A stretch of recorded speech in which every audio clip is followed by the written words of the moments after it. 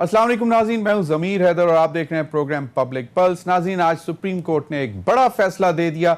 GIDC के जो 420 अरब तकरीबन 417 अरब रुपए से जायद जो पैसे थे, अब वो उनको हुकूमत को वापस करने हैं, उन कंपनीज को जिन्होंने वो गैस इंफ्रास्ट्रक्चर डेवलपमेंट सेस की मद में लिए थे। बहुत तफसीली फैसला दिया सुप्रीम कोर्ट ने और ये एक ऑर्डिनेंस आया था, उसके तहत पिछले साल अगर आपको याद हो सितंबर में मेरा ख्याल है कि एक ऑर्डिनेंस आया था जिसके तहत ये फैसला किया गया था कि ये पैसे जो हैं ये इन कंपनीज को दिए जाएंगे या वापस नहीं लिए जाएंगे।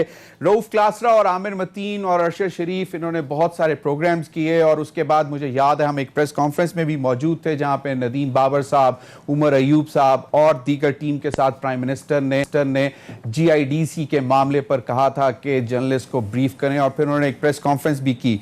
लेकिन ये मामला फिर सुप्रीम कोर्ट में चला गया और आज हमने देखा कि एक बड़ा फैसला आया और कौम का पैसा अब कौम को वापस मिल गया है।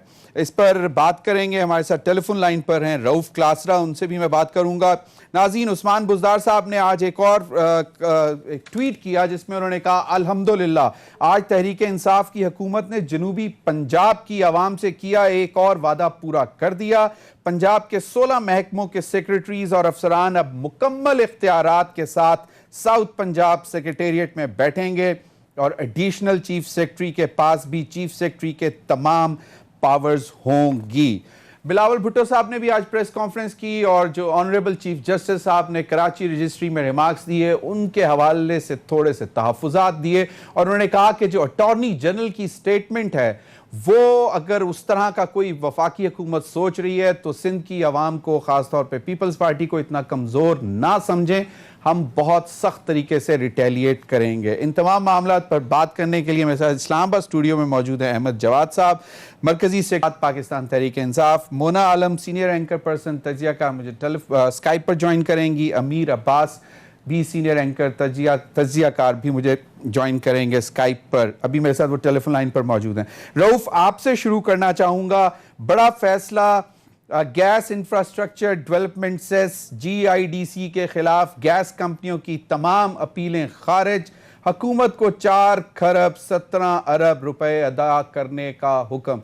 कैसे देखते हैं इस फैसले को, क्योंकि आपने इसमें बहुत कोशिश की और नुकसान भी उठाया। ये जो आपने ज़मीर, थैंक यू वेरी मच, आपने इनवाइट किया अपने शो में। और दूसरी बात, ये जो आपने आखिरी बात की है ना, ये बात अब मुझे समझ नहीं आती। समटाइम मुझे खुश होना चाहिए आज वाले फैसले पे या मुझे थोड़ा सा दुखी होना चाहिए। खुशी तो इस वजह से कि कौम के यहाँ पे 417 अरब जो हैं वो बच गए हैं, लोगों का पैसा था। जो आपने बड़ी अच्छी बात की, मेरी खुद अपनी माँ किसान थी, मेरा बाप किसान था, फार्मर्स फैमिली, और मुझे दुखों का अंदाजा है। खुद हमने अपने माँ बाप के साथ फसलें काश की हुई हैं, हमने वो तकलीफें देखी हुई हैं जो किसान को आती हैं। 300 या 300 रुपीज पर खाद की बोरी भी जीआईडीसी किसानों से 11 साल लिया गया है। बाकी छोड़ दें शहरों से क्या कुछ लिया गया नहीं लिया गया, कंपनी पावर कंपनी से क्या कुछ किया है। इवन जो फर्टिलाइजर कंपनीज वगैरह थी, ये भी जो है इन्होंने 300 रुपए किसानों से 11 साल लिए हैं। आप अंदाजा करें कितनी यहाँ पे खाद पाकिस्तान में यूज होती है, बाहर से आती है, अंदर बनते सब कुछ, और वो ये पैसा लेके बैठा था। हमारे जैसे गरीब किसानों से पैसे लेके इन्होंने यहाँ पे इकट्ठे किए। इकट्ठे करने के बाद हुकूमत को कहते हैं हम नहीं देते, और हुकूमत कहते ठीक है जी आप हमें देते हैं। आप ऐसा करते हैं, लूट मार का पैसा है, हराम का पैसा है, आधे आप रख लें आधे हमें दे दें। यार ये कभी दुनिया में हो सकता है कि आप उस पर टैक्स आप उस आवाम से वसूल कर चुके हैं और आप आके हुकूमत को नहीं दे रहे, हुकूमत कह रहे ठीक है आप हमें ना दें। ये बहुत बड़ा फ्रॉड हो रहा था, बहुत बड़ी ज्यादती हो रही इस मुल्क के साथ। ये $3 बिलियन से ज्यादा की अमाउंट है। तो नुकसान की जो बात आपने की, उस पर मतलब खुश तो उस पर ऑफकोर्स हम है, अल्लाह ने बहुत इज्जत रखी है, इज्जत रख लिया। आप तस्वर करें खुदा ना खासा फैसला अदरवाइज जाता, इन्होंने हमें पाकिस्तान से निकाल देना था, इन्होंने हमारी शरीयत इन्होंने रिवोक कर देनी थी कि आपने इतना बड़ा नुकसान किया।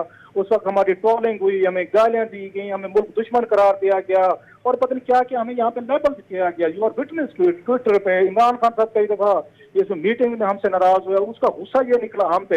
हमारा जिस चैनल में थे, अब उसमें आफ्ताब इकबाल साहब का बकायदा इंटरव्यू है जो उन्होंने उस पर नियो टीवी पे चलाया था कि मेरे पर क्या दबाव थे, रऊफ के साथ मैंने क्या क्या बातें की, और रऊफ ने उस पर इनकार किया, आमिर मतीन ने भी किया, मैंने भी किया कि जनाब कि आप ये काम छोड़ दें, आप ये स्टोरीज मत करें, इस स्कैंडल को फॉलो ना करें, हुकूमत को इस पर एम्बेरसमेंट है, बल्कि उल्टा आप इसको जस्टिफाई करें, हुकूमत की तारीफें करें। अब हमारे लिए ऑप्शन था कि हमने यहाँ पे सरेंडर करना है या वो कहते हैं to fall in line, or to defy. और बिल्कुल हमने फैसला किया कि नौकरियां शौकरियां आती रहती हैं, अल्लाह ये इज्जत देने वाला है, रोजी देने वाला। नुकसान हमारा यकीनन हुआ है, हमें फाइनेंशियल हुआ है नुकसान, अच्छे खासे पैकेजेस से हमने चलें, छोड़ा है, आपके नौकरियां गई हैं। आपके रऊफ तो आपके थोड़े से नुकसान से आवाम को बहुत बड़ा फायदा मिल गया। लेकिन वो एपिसोड मुझे याद आ रहा था प्राइम मिनिस्टर की प्रेस कॉन्फ्रेंस में, जब आमिर मतीन ने भी और आपने भी अपने कहते हैं बहुत ज्यादा सवालात किए, और फिर प्राइम मिनिस्टर इमरान खान साहब ने कहा था नदीम बाबर साहब को कि जी आप जरा एक्सप्लेन करें, और इनसे आप मिलें भी। उमर अयूब साहब को भी कहा, लेकिन वो आपसे क्या मिले, उन्होंने प्रेस कॉन्फ्रेंसेस की बैक टू बैक। लेकिन उसका नतीजा हमने देखा कि नदीम बाबर साहब जो खुद माने थे कि ओरिएंट कंपनी उनकी अपनी है, उनके भी बहुत सारे पैसे थे, तो ये रेजिस्टेंस तो रही। लेकिन अब ये इसका मतलब अब पावर जो रिपोर्ट है, पावर सेक्टर इंक्वायरी रिपोर्ट, वो पहले हुकूमत ने कहा कि जी पब्लिक करना है, उसके बाद उसको रोक लिया गया। उसमें भी तो पता नहीं कितने 100 अरब रुपए के मामलात हैं, और जो कमेटी बनाई है उसने भी उस तरह जो है वो इन्वेस्टिगेट नहीं किया। तो उस पर अब आपको क्या लगता है कि उसमें भी कोई बेहतर पेशरफ्त होगी? मैं उस पर भी, अभी आप वेट करें, उसमें भी बड़ी बड़ी कहानियां सामने आने वाली, वो भी डील हो चुकी है सर जी। जब ये ताजरों के हाथ हुकूमत चढ़ेगी, हम कहते थे शरीफ खानदान का कोई ताजर हैं, और ताजरों के हाथ जब चढ़ती तो फायदा नुकसान देख के हुकूमतें करते हैं और अपने फायदे देखते हैं। बदकिस्मती से यहाँ इमरान खान साहब की हुकूमत में मोस्टली ताजर लोग आ गए, बिजनेसमैन है, उनकी कैबिनेट को आके देख लें, मोस्टली उसमें सारे पावरफुल लोग हैं जो बिजनेस बैरन्स हैं, वो फायदा नुकसान दे रहे हैं। अब ये पावर कंपनीज किन की थी? अब्दुल रज़ाक दाऊद की थी, ये उसके बाद अब नदीम बाबर की थी, ये खुसरो की थी, और उसके बाद ये जहांगीर तरीन साहब, और बाकी सारे लोग इनके अपने थे। उन्होंने उसको पब्लिक नहीं किया, उसको छुपा लिया इन्होंने, क्योंकि इसमें अपने इनके बड़े बड़े इसमें लोग थे, वो आते थे। अब मुझे ये पता चला कि बड़े बड़े घरों में बड़े बड़े पावरफुल लोग जो हैं वो बैठ के उनके साथ डील कर रहे हैं, और डील हो चुकी है तकरीबन उनके साथ, या अभी आएंगी। उसमें एक अलहदा उन्होंने अंडरस्टैंडिंग कर ली है, जनाब इसको भी जाने देते हैं, उसका कुछ पता नहीं है, उसको भूल जाए आप। एक चीज दूसरी, अपनी आपने बात की ना इसमें कि नदीम बाबर साहब ने जो हमारे और आमिर मतीन साहब के हवाले से, वो तो नाराज, मुझे समझ नहीं आती जो बात, हम अकले कुल नहीं है, रिपोर्टर फील्ड में फिरते रहते हैं, पार्लियामेंट कवर की, कमेटीज की, उधर किया, कैबिनेट की स्टोरी, कहीं से डॉक्यूमेंट पेपर ढूंढ के एक छोटी मोटी अंडरस्टैंडिंग हम डेवलप करते हैं। मुझे ये बताया, पूरी कैबिनेट 60 लोगों के आपने फौज जफर मौज रखी हुई है, आपने लॉ मिनिस्ट्री रखी हुई है, आपके पास अटॉर्नी जनरल पाकिस्तान है, आपके पास एडवाइजर्स की फोर्स है। उन्होंने ये एडवाइस किया था आपको कि 417 रुपया छोड़ दें आप, और आपने उनका एडवाइस वही करके ऑर्डिनेंस निकाल दिया। ये तो पूरी ये इंडाइटमेंट जो है, अगर देखा जाए हमारे मुल्क में कानून नहीं है, लॉ नहीं है, अखलाकियात नहीं है, दबाव नहीं, अदरवाइज इस तरह के स्कैंडल्स पे सारा अगर सुप्रीम कोर्ट ऑफ पाकिस्तान इस तरह की जजमेंट दे, आप यकीन करें हुकूमतें यहाँ पे उस पे वो हो जाती है। तो केसेस होने चाहिए थे कि किन लोगों ने एडवाइस किया। बिल्कुल सही। इसमें पब्लिक इसमें मन नहीं थी, इसमें तो हेड रोल होने चाहिए थे वज़ीर आज़म साहब को, तो बहुत बड़ी कार्रवाई करनी चाहिए थी कि मुझे किन लोगों ने एडवाइस किया, किसने मिसगाइड किया।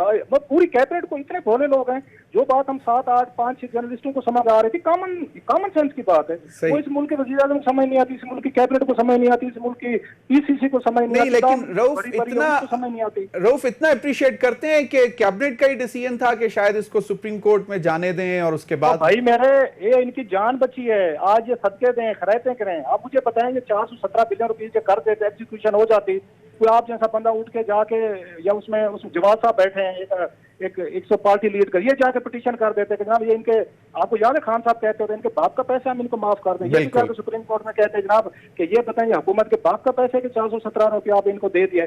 ये तो इतना बड़ा स्कैंडल था, इस पे सजाएं होती हैं इनको, ये तो बच गए हैं, देर लकी। सही, सजाएं तो हमने भुगती है ना, जिनके शोज बंद कराया, जिनको नौकरियों से निकलवाया। वजह क्या थी कि आपने क्यों जनाब ये बादशाह सलामत के फैसले के खिलाफ आपने जुर्रत की कि गलत कर रहे हैं, बादशाह तो ये फैसला गलत कर रहा है। सो ये तो बच गए हैं आज, नहीं तो पूरी कैबिनेट पे नैब के केसेस होते, ईसीसी पे केस होते। बिल्कुल, और वही जिस तरह अभी मतलब मामला चल रहे हैं चीनी के हवाले से भी, उसमें भी डिटेल्स जाएंगे। क्विकली एक लास्ट कमेंट, फिर मुझे मालूम है आपने कहीं यू आर ऑलरेडी कमिटेड। ये उस्मान बुज़दार साहब ने जो आज ट्वीट किया, अल्हम्दुलिल्लाह तहरीक इंसाफ की हुकूमत ने जनूबी पंजाब के हवाले से किया वादा पूरा कर दिया। आपको कैसा लगता है? Because I know south Punjab आपके दिल के बहुत करीब है, और ख़ासतौर पर MM जो रोड है वो, उसके हवाले से आपने कोई बार मर्तबा प्रोग्राम्स में भी जिक्र किया, कॉलम्स में भी लिखा है। अब कोई बेहतरी आने की उम्मीद होगी? ये जो एक पेशरफ्त हुई है 16 यार, आपके पास जमीर, थैंक यू वेरी मच, आपके पास बड़े अच्छे जबरदस्त लोग बैठे हैं, मोना आलम साहबा बैठी हैं, जवाब साहब बैठे हैं, एक और मैं नाम और सुन नहीं सकता, गुड पैनल, ये अमीर अब्बास साहब, बहुत मतलब सारे they are very privilege panel. आप और मैं फिर इस पे किसी वक्त तफसील से बात कर लेंगे। ये 1-2 मिनट का काम नहीं, आप प्लीज उनको टाइम दें, उनसे जरा ओपिनियन लें, ये बड़े अहम इश्यूज हैं दोनों। चलें। आप और मैं फिर इस पे मैच लगा लें, मेरा ख्याल है चले तफसील से ठीक लगेगा। है। थैंक यू रऊफ क्लासरा, आपके वक्त का बिल्कुल। मोना आलम ने भी हम कर लिया है। मैं जवाद साहब, एक तो ये कि यकीनन एक जिस तरह क्लासरा साहब कह रहे थे कि एक इंतहाई अहम फैसला आ गया, और कोशिश भी जो थी जर्नलिस्ट की भी थी कि जी ये कम से कम मौजूदा हुकूमत को एम्बेरसमेंट से बचाने की थी, लेकिन उस वक्त पूरी तरह कैबिनेट के लोग बैठकर इसको डिफेंड कर रहे थे। आज जो फैसला है तो इससे कोई एहसास हो रहा है कि जी शायद कोई गलत लोग भी बैठे हुए हैं जो प्राइम मिनिस्टर को गलत डायरेक्शंस दे देते हैं? देखें ज़मीर, पहली बात तो ये है कि आज के फ़ैसले को खुशाइंदी कहना चाहिए। इसमें जब मुल्क का फ़ायदा हो तो उसमें ना किसी के लिए शर्मिंदगी है, ना किसी के लिए कोई अफसोस होना चाहिए, क्योंकि मुल्क का फ़ायदा हो रहा है। पहली चीज़ तो ये है। दूसरा ये है कि अगर थोड़ा सा मैं इसको क्लैरिफाई कर दूं कि जब ये एक गवर्नमेंट की एक टीम ने रिकमेंडेशन दी कि ये पिछले 10 साल से ये GIDC का मसला जो है वो अटका हुआ है और मुख्तलिफ अदालतों में ये है, और इसमें हमारे पास एक अपॉर्चुनिटी है कि हम उसमें से कुछ अमाउंट उनको छोड़ के और कोई 200 अरब से ज़ायद की अमाउंट जो है वो उनसे ले सकते हैं। ये एक डील उनके साथ हो रही थी। और उसके बाद जब उसके ऊपर तनकीद आई और जब उसके ऊपर मज़ीद हक़ाइक़ सामने आए, तो देखें ये भी हमें इमरान ख़ान जैसे लीडर की इस हवाले से तारीफ़ करनी चाहिए कि जब वो किसी चीज़ के बारे में उनको हक़ाइक़ का पता चल जाए, हक़ाइक़ के ऊपर पर्दा डाला जा सकता है। हमारा सिस्टम जो है वो कोई एक मैं ये नहीं कहूँगा कि वो PTI की हुकूमत आई है तो वो पूरा सिस्टम भी जो है वो एक प्योर सिस्टम बन गया है। इस सिस्टम के अंदर स्टेक होल्डर्स बैठे हुए हैं, इस सिस्टम के अंदर कार्टल्स भी बैठे हैं, माफियाज भी बैठे हैं, उनके नुमाइंदे भी बैठे हुए हैं। वो किस तरह से एक्ट करते हैं, वो किस तरह से फैसलों पे असरअंदाज होते हैं, ये एक पूरा एक विशियस साइकिल है। और उसमें बाज़-औक़ात हुकूमत के नुमाइंदे जो हैं वो अनइंटेंशनली भी जो हैं उसमें इन्वॉल्व हो जाते हैं। लेकिन प्राइम मिनिस्टर ने उस वक्त इस ऑर्डिनेंस को कैंसिल भी किया था, और जैसे आपने भी जिक्र किया कि इसका फ़ैसला जो है वो सुप्रीम कोर्ट करे कि इसका क्या ये ऑर्डिनेंस होना चाहिए या नहीं होना चाहिए, और इनसे टैक्सेस लेने चाहिए या कितने लेने चाहिए। और उसमें हुकूमत की तरफ से किसी किस्म की कोई रुकावट नहीं डाली गई। हुकूमत ने इस केस के हवाले से पूरा कोऑपरेशन किया, इस पूरे मामले को सपोर्ट किया।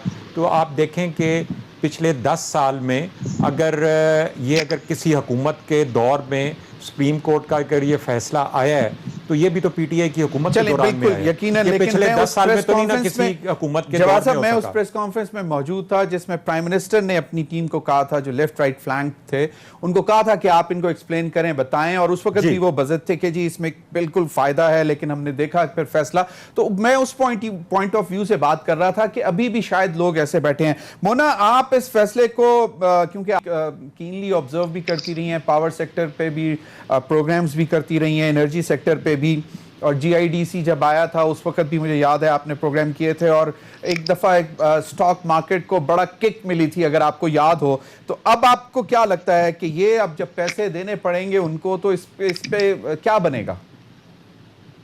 जी, थैंक यू ज़मीर साहब। पहले तो बिल्कुल ये जवाद साहब आपके साथ बैठे हैं, एंड आई मस्ट एक्नॉलेज के बहुत एक सिंसियर साथी हैं इमरान खान साहब के, और PTI के भी, और एक बहुत हमेशा से लॉजिकल बात करते हैं। तो मैं यही एक्सपेक्ट करती थी कि जवाद साहब जैसे जो लोग हैं, जो अच्छे सिंसियर लोग हैं, वो तो जाहिर है वो अप्रिशिएट ही करेंगे इस फैसले को, और इसी तरह से होना चाहिए। बिल्कुल ये बड़ी प्रेज़वर्दी बात है। हम लोग जुडिशल एक्टिविज्म पे अमूमन बहुत तनकीद करते हैं कि जी एडमिनिस्ट्रेटिव डोमेन वगैरह, लेकिन बाकी कुछ ऐसे मामलात होते हैं जहां पर आपको वाज़ेह तौर पर नजर आ रहा होता है कि एक इन्फ्लुएंस है और एक स्टेटस को, एक चीज को मुतासर कर रहा है अपने फेवर में। तो लिहाजा ऐसे मामलात बिल्कुल फिर कोर्ट की तरफ ही कर देने चाहिए। मुझे लगता है इसके अलावा दूसरा कोई रास्ता नहीं। बहुत अच्छा फैसला है, बहुत खुशाइंद फैसला है, लेकिन मैं ये नहीं कहूंगी कि इसको कोई रेजिस्टेंस नहीं मिलेगी। बिल्कुल इसको रेजिस्टेंस मिल सकती है। आपने देखा जब शुगर माफिया, ये तमाम अलग अलग पार्टियों से सबका ताल्लुक, लेकिन चलेगा इस्लामाबाद हाई कोर्ट में भी सब जी करप्शन के साए तले सब एक हैं। तो सुप्रीम कोर्ट हाई कोर्ट भी गए, फिर सिंध हाई कोर्ट गए, फिर वहां से जो मिला स्टे, शुक्र है सुप्रीम कोर्ट ने फिर उसको हटाया। तो इसी किस्म की चीज हम इस दफा भी, मैं बिल्कुल एवरीवन शुड एक्सपेक्ट कि ऐसी चीज कोई नजर आएगी। ये तमाम जो GIDC gas infrastructure development cess, ये तो कंज्यूमर से लिया हुआ है ना इन तमाम कंपनीज ने, तो ये बिल्कुल ये एक्सचेकर में जाना चाहिए। ये कोई आपकी अपनी कोई जाती जागीर तो नहीं है, या आपका अपना पैसा तो नहीं है जो आपने अपने पास रख लिया है। ये कंज्यूमर की अमानत है इन तमाम कंपनीज के पास। एक तो इस बात को समझना बड़ी वाज़ेह, मुझे समझ नहीं आती इसमें कौन सी ऐसी रॉकेट साइंस है जो हम उसके ऊपर एलैबोरेट करें और इतने डिस्कशंस करें। तो I think this is a very simple concept. बिल्कुल ये तमाम चीजें नेशनल एक्सचेकर के लिए ही ली थी ना कंज्यूमर से, बिल्कुल, कि एक इंफ्रास्ट्रक्चर डेवलपमेंट सेस है तो उसकी हुकूमत को जरूरत है। इतनी कंट्रोवर्सी हुई थी जब नून लीग के टाइम पर भी इसके हवाले से कानून साजी करने की कोशिश की गई थी, उस वक्त भी बड़ी कंट्रोवर्सी चली थी। तो ये कंट्रोवर्सी अपनी जगह चले, ठीक थी, होना चाहिए नहीं होना चाहिए, कंज्यूमर उसका कितना लायबल है, ये एक अलग डिबेट है। लेकिन अब तो ले ली ना इन्होंने, अब तो इन तमाम कंपनीज ने वो अटेन कर ली है। तो ये किसकी अमानत है? ये यकीनन हुकूमत पाकिस्तान की अमानत है, रियासत पाकिस्तान की अमानत है। बहुत अच्छा फैसला है, but absolutely this will be resisted. और जहां तक मुझे इत्तलात हैं, मेरी जहां तक इस पे रिपोर्ट्स हैं, इस हवाले से कुछ बातचीत भी हो रही है और ब्रेनस्टॉर्मिंग भी हो रही है और सर जोड़ के कुछ लोग बैठे हुए हैं सही चलें, लेकिन हम तो यही कर सकते हैं कि हुकूमती तौर पर इसको बिल्कुल हुकूमती कानूनी टीम जो है वो भी अपने आप को प्रिपेयर करे। अमीर अब्बास, फैसला आपने भी शायद देखा होगा और आपने भी प्रोग्राम किए जब ये डिस्कशन हो रही थी इस पर। अब आपको क्या लगता है कि ये जो अब पावर सेक्टर की रिपोर्ट है, इंक्वायरी रिपोर्ट, वो भी अब चाहिए हुकूमत को पब्लिक कर देनी चाहिए कि? जी बिल्कुल, ना सिर्फ पावर सेक्टर की पब्लिक करनी चाहिए बल्कि इमरान खान साहब ने एक कर्जा इंक्वायरी कमीशन भी बनाया था, वो पता नहीं किस रद्दी की टोकरी के नीचे दबा दिया गया है, उसको भी पब्लिक करना चाहिए। अच्छा, मेरी इत्तलात है कि उस पे काम हो रहा है, क्योंकि वो बड़ा डिटेल्ड फोरेंसिक का मामला है, मतलब इतने सालों के कर्जे कहाँ खर्च हुए, तो उस पे काम हो रहा है। वो मेरा ख्याल में अंडर द कारपेट नहीं जाएगी, चलें, लेकिन फिर भी आपका मतलब लेकिन रिमाइंडर हमें तो हमारा रिमाइंड करवाते रहे। एग्जैक्टली। अच्छा, एक तो देखिए, ये जिस तरह आप पहले क्लासर साहब से बात कर रहे थे और मोना ने भी बात की, एक तो हुकूमत को हम मीडिया से या सहाफियों से जो हुकूमत की बदसनी है वो दूर होनी चाहिए। यानी जब सहाफी को खबर लेकर आते हैं या वो किसी स्कैंडल को रिवील करते हैं तो उसका मकसद जरूरी ये नहीं होता कि आप हुकूमत की बैशिंग कर रहे हैं या आप हुकूमत को अंडरमाइन या लेट डाउन करने की कोशिश कर रहे हैं।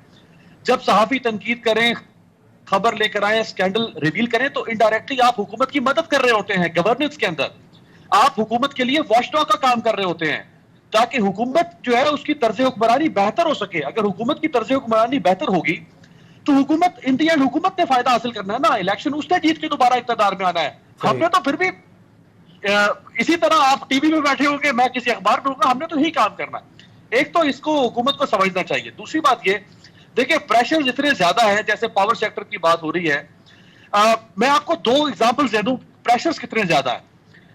नैब ने IPPs को कॉल की कि जी आप हमारे पास तशरीफ लेकर आए, हमने आपसे कुछ सवालों जवाब करने हैं। उन्होंने, ये नैब हेडक्वार्टर से कॉल गई, उन्होंने कॉल करने वाले से कहा कि जी अगर आपने हमें बुलाया तो कल फिर पूरा मुल्क अंधेरों में डूब जाएगा। अंदाजा करें जमीर साहब। IPPs और इस एक IPPs, मैं आपको फर्स्ट हैंड इंफॉर्मेशन दे रहा हूं, एक कराची के वकील को नोटिस भेजा गया नैब की तरफ से,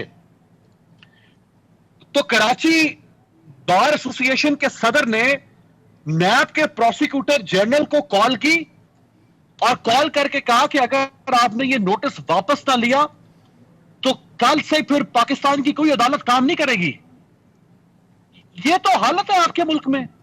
अब कैसे जो है वो, ये तो देखिए ना, इंडिविजुअल स्ट्रेंथ की बात हो रही है। ये जो इतने बड़े बड़े कार्टल्स ये बिल्कुल अमीर अब्बास आपने जो बात की बिल्कुल सही है। अहमद जवाद साहब ने भी यही बात की और मेरे ख्याल में मरकजी सेक्रेटरी इत्तलात हैं, इन्होंने भी पॉइंट वो बहुत सीरियसली लिया होगा कि जर्नलिस्ट अगर कोई बात करते हैं तो उसको हुकूमत के खिलाफ नहीं समझना चाहिए। और दूसरा, जवाद साहब भी कह चुके हैं कि जी अभी भी माफियाज हर जगह बैठे हुए हैं, कार्टल्स हैं, इस सिस्टम में बैठे हुए हैं जिनसे बचने की ज़रूरत है। इस पर मज़ीद भी बात करेंगे नाज़रीन, और ब्रेक के बाद थोड़ा सा जो आज तकरीबन 2 साल से कुछ जायद या कम अरसे में जो BRT पेशावर तैयार हुई है उसकी इनाग्रेशन की है, उस पर भी बात करेंगे ब्रेक के बाद।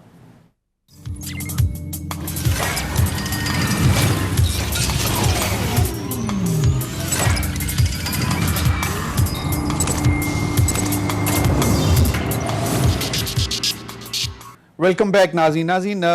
BRT पेशावर का मंसूबा ऑपोजिशन अभी तक भी इसी तरह मरियम औरंगजेब साहिबा के भी ट्वीट्स, एहसन इकबाल साहब के भी ट्वीट्स चल रहे हैं कि जी नामुकम्मल प्रोजेक्ट और खड्डों का और पता नहीं किस चीज़ का प्राइम मिनिस्टर ने सॉफ्ट इफ्तिताह कर दिया है, लेकिन हमने देखा और बाकायदा कि जी वो फुल फ्लेज बन भी चुका हुआ है। लेकिन अपोजिशन की तरफ से एक और शरारत भी की गई कि जी ये इफ्तिताह भी कैंसिल हो गया क्योंकि BRT मुकम्मल नहीं है।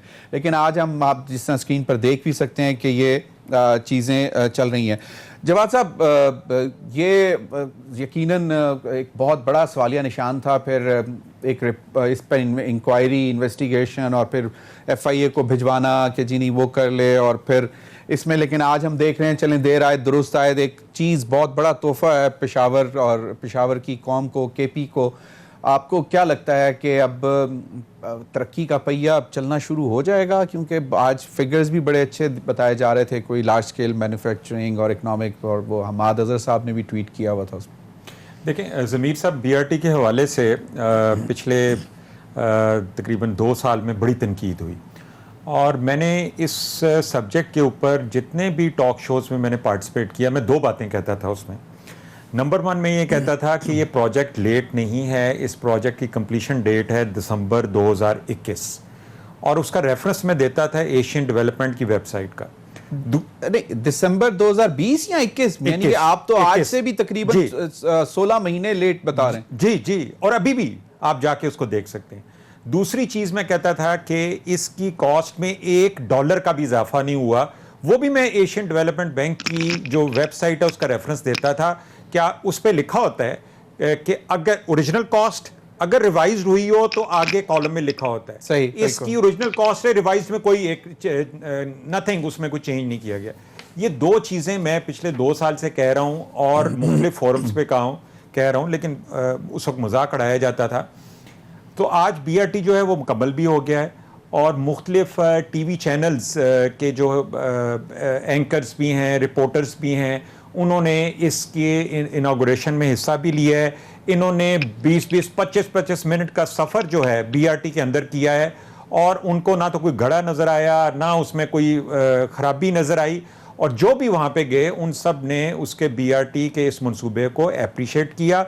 और ये मंसूबा, एक तीसरी चीज़ जो मैं हमेशा टॉक शो में कहता था कि ये BRT जो है ये लाहौर और इस्लामाबाद की निस्बत ये नेक्स्ट जनरेशन का BRT है, इसलिए कि इसके अंदर सिर्फ ये नहीं है कि आपने बसें चला दी, बल्कि इसके साथ जो एक्सेस है, जो कनेक्टिंग है, वो भी इसमें शामिल है, फिर इसमें प्लाजास भी शामिल है, फिर इसके अंदर जो है और जो इसके साथ रिलेटेड एक्टिविटीज़ जो हैं वो भी इसके अंदर शामिल हैं, बसें जो हैं इसके अंदर शामिल हैं, वो कोई अलग से नहीं आ रही, फिर इसमें कोई सब्सिडी नहीं है।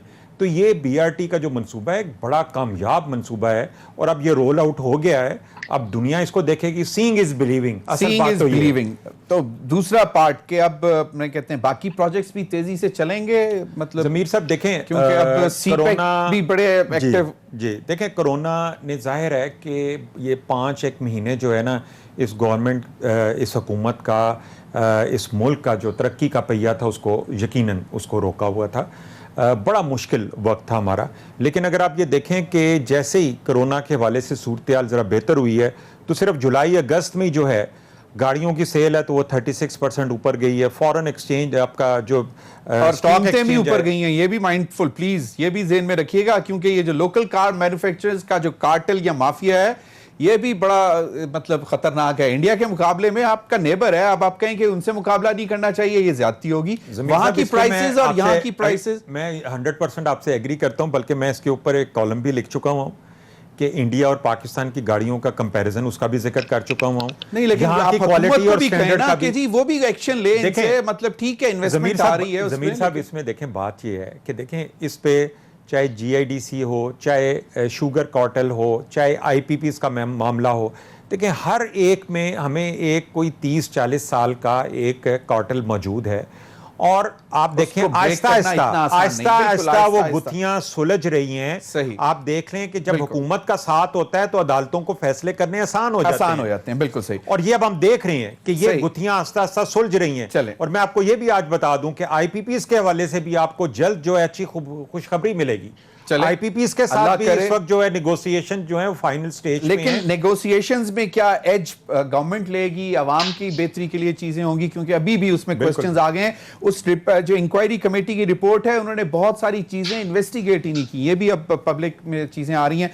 मोना, बीआरटी के ऊपर क्विक कमेंट करके उसके बाद जो बिलावल भुट्टो जरदारी साहब ने आज प्रेस टॉक की और जो कल का जो अटॉर्नी जनरल साहब की स्टेटमेंट थी ऑनरेबल चीफ जस्टिस साहब के सामने कराची रजिस्ट्री में कि जी वफाकी हुकूमत कराची को बचाने के लिए कानूनी और आईनी ऑप्शंस पर गौर कर रही है, और आज सेनेटर ससी पलेजो ने सेनेट में ही भी कह दिया कि अब अटॉर्नी जनरल की बात से बिल्ली थैले से बाहर आ गई है।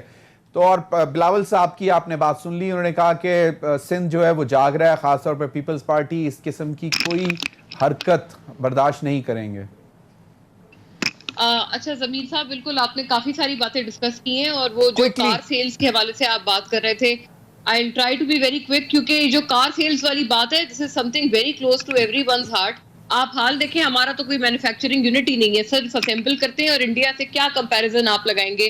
वहां पर आप लोकल ऑटोमोबाइल इंडस्ट्री का हाल देखें, उनकी लोकल मैन्युफैक्चरिंग जितनी असेंबल होती है, जितनी इंपोर्ट होती है, उनसे कई कई ज्यादा है। 95% डिलीशन पे जा चुके हैं वो लोग, and probably we are somewhere around 55 to 60% other than तो वही it's a very shameful figure. वो तो इसमें कोई मुकाबला नहीं है, और इसकी तरफ किसी ने ध्यान नहीं दिया।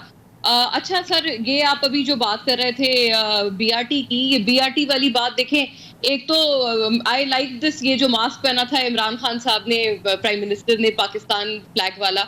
I also like the one which Bilawal वोर, वो जो अजरक वाला था। और मतलब एनीथिंग विच रिप्रेजेंट्स पाकिस्तान, मुझे लगता है इसके ऊपर भी बड़ी सियासत हुई थी, लेकिन होनी नहीं चाहिए थी, क्योंकि अजरक भी उतनी पाकिस्तानी है जितना पाकिस्तान का फ्लैग। आज प्राइम मिनिस्टर ने बड़ा अच्छा वो देखा था। So since you belong to Sindh, आपने तो पॉइंट आउट करना था। चलें, अच्छी बात है। नहीं, बट इट्स वेरी, हमें भी बहुत करीब है जी दिल के अजरक, तो यकीनन। जी जी, बिल्कुल बिल्कुल। 13 अगस्त के मौके पे, और प्राइम मिनिस्टर ने भी जैसे just day before independence day, आजादी के दिन से उन्होंने झंडा पाकिस्तान का अपने उस पर डोन किया था। अच्छा, ये बीआरटी वाली बात, ये कॉस्ट ओवररन्स तो यकीनन हुए हैं। मुझे ये जवाद साहब जो कह रहे हैं, I kind of agree with him, क्योंकि देखें, मुझे तो वो बात जो चीफ मिनिस्टर ने, देन चीफ मिनिस्टर परवेज खटक साहब ने कही थी कि 6 माह के अंदर अंदर, 2017 में जब उन्होंने कहा था, ऐलान किया था बीआरटी का कि 6 माह के अंदर मुकम्मल हो जाएगा, मुझे लगता है या तो वो कोई सियासी उनका बयान था, क्योंकि वो एक बहुत ओवर एम्बिशियस बात है। ओवर एम्बिशियस स्टेटमेंट, 6 महीने के अंदर इम्पॉसिबल बात है, इलेक्शन से पहले जी। तो और उसके बाद फिर लेकिन ये हुआ कि जितने उसके बाद भी जो टाइमलाइंस दी गई, वो भी उतनी ओवर एम्बिशियस थी। कम से कम आप अपनी रिवीजन जो कर रहे हैं टाइमलाइंस की, उनमें तो आप इतना एम्बिशन ना रखें। सही, बिल्कुल तो सही। और वो इलेक्शन के बाद भी थी। सही, तो सही। खैर, लेकिन ये बिल्कुल सही है। लेकिन कॉस्ट ओवररन्स बिल्कुल अपनी जगह पर हुए हैं, काफी सारी। इस पे अब आपको पता है, वो एफआईए को भी इंस्ट्रक्ट किया था गालिबन, और नैब को भी किया था हाई कोर्ट ने। अब ये बात है, ये सही है, ये मुकम्मल हो गया है मंसूबा। अब इसके ऊपर कोई भी जो चीज है, जो एक रूल ऑफ लॉ है, जो अप्लाई हो सकता है, वो अगर आने वाले दिनों में चीजें यकीनन आ जाएंगी अगर कोई हुई। फीजिबिलिटी रिपोर्ट नहीं बनी थी, कॉस्ट ओवररन उसके टाइम बढ़ने की वजह से भी हुआ था, और ये भी एक मौकफ है कि कोई 1.5 किलोमीटर इन्होंने एक एक्सटेंड किया था अपना पूरा, ये कोई गालिबन टोटल जो इसकी कवरेज है वो 28 किलोमीटर की है। लेकिन मैं सिर्फ इतना कहना चाहती हूँ जमीर साहब, ये एक बहुत जरूरत वक्त मंसूबा, ख्वाह वो पेशावर की हो, लाहौर की हो, इस्लामाबाद की हो, पिंडी की हो, जहां पर भी हमें इस किस्म के जो पब्लिक ट्रांसपोर्ट के मंसूबे हैं, आप इस वक्त हाल देखें अपनी रोड का, आप ट्रैफिक कंजेशन का हाल देखें। एक सफेद पोश आदमी रिस्पेक्टफुली इस मुल्क में ट्रैवल नहीं कर सकता है। आप कराची का हाल देखें। नहीं, नो डाउट, लेकिन मुल्तान का जो मेट्रो बस का प्रोजेक्ट था, वो कोई इतना सक्सेसफुल नहीं रहा, लोग वहां पे नहीं, वो इतना नहीं था। मतलब ये था, लेकिन शायद उस पे जो पैसा लगा वो कोई गैर जरूरी लग गया, और वो इसके ऊपर मुझे लगता है सियासत नहीं होनी चाहिए इस बात के ऊपर कि बन रहा है या नहीं बन रहा, माजी में भी हुई, अभी भी हो रही है। चलें, मुझे अभी ब्रेक की तरफ जाने को कहा जा रहा है। ब्रेक के बाद मैं आपकी तरफ आऊंगा, और अब सियासी मंजरनामे पे नजर डालेंगे कि बिलावल भुट्टो साहब और मौलाना फजल रहमान साहब भी आज बड़े एक्टिव थे, प्रेस कॉन्फ्रेंस की, इस पर भी जरा बात करेंगे ब्रेक के बाद।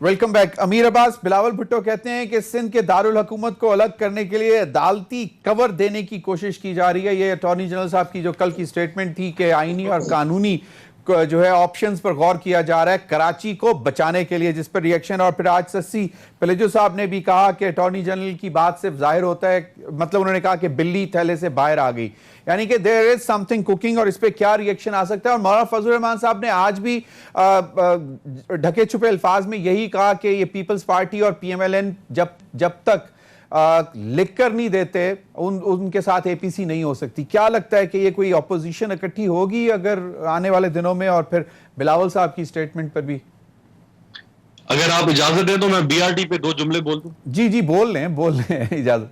देखिए, मैं खुद बहुत बड़ा एडवोकेट हूं, मास ट्रांजिट सिस्टम हो, बुलेट ट्रेन हो, कोई अंडरग्राउंड ट्रेन हो, ट्राम हो, व्हाटएवर जो नाम आप देते हैं, सही, but not at the cost of health care system, not at the cost of Pakistan का लिटरेसी रेट जितना होना चाहिए आज 60% से भी कम है, और जो है वो भी लीस्ट क्वालिटेटिव है, वो सिर्फ क्वांटिटेटिव है। Not at the cost of justice system, एक पीस लिविंग सोसाइटी।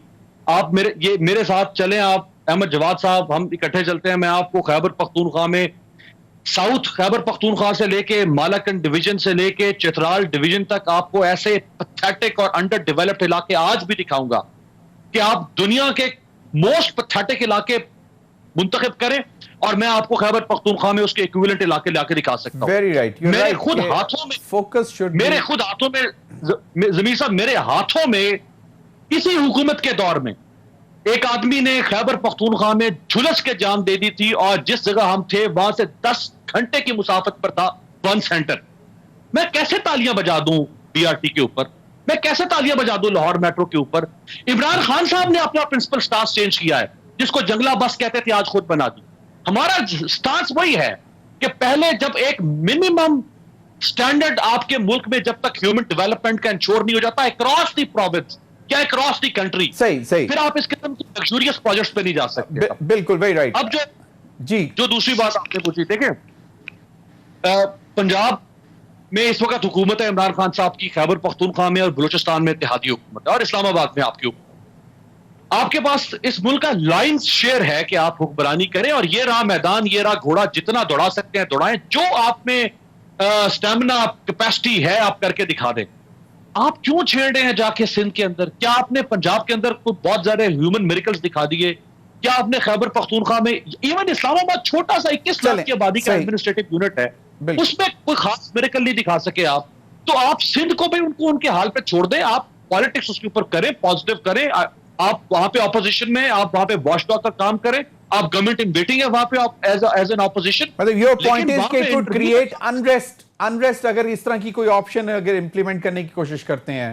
एग्जैक्टली सही। मोना, क्विक कमेंट, क्योंकि मुझे फिर लास्ट कमेंट लेना है कि आपने इस पर कुछ नहीं दिया। मौलाना फजलुर रहमान साहब के हवाले से आप चलें कमेंट दे दें मुझे, क्योंकि वो अभी थोड़े से डाइसी हैं, दे इज नॉट श्योर कि whether the opposition specially PPP PMLN is यानी कि उनके साथ खड़ी है। ही इज राइटली डाइसी जमीर साहब। वो अब उनको कोई एक दफा तो धोखे नहीं मिले, उन्हें बहुत दफा और भी उनको डिच किया गया है। उनके अपने आजादी मार्च में उनको किस तरह से दोनों बड़ी जमातों ने डिच किया था हमारे सामने है।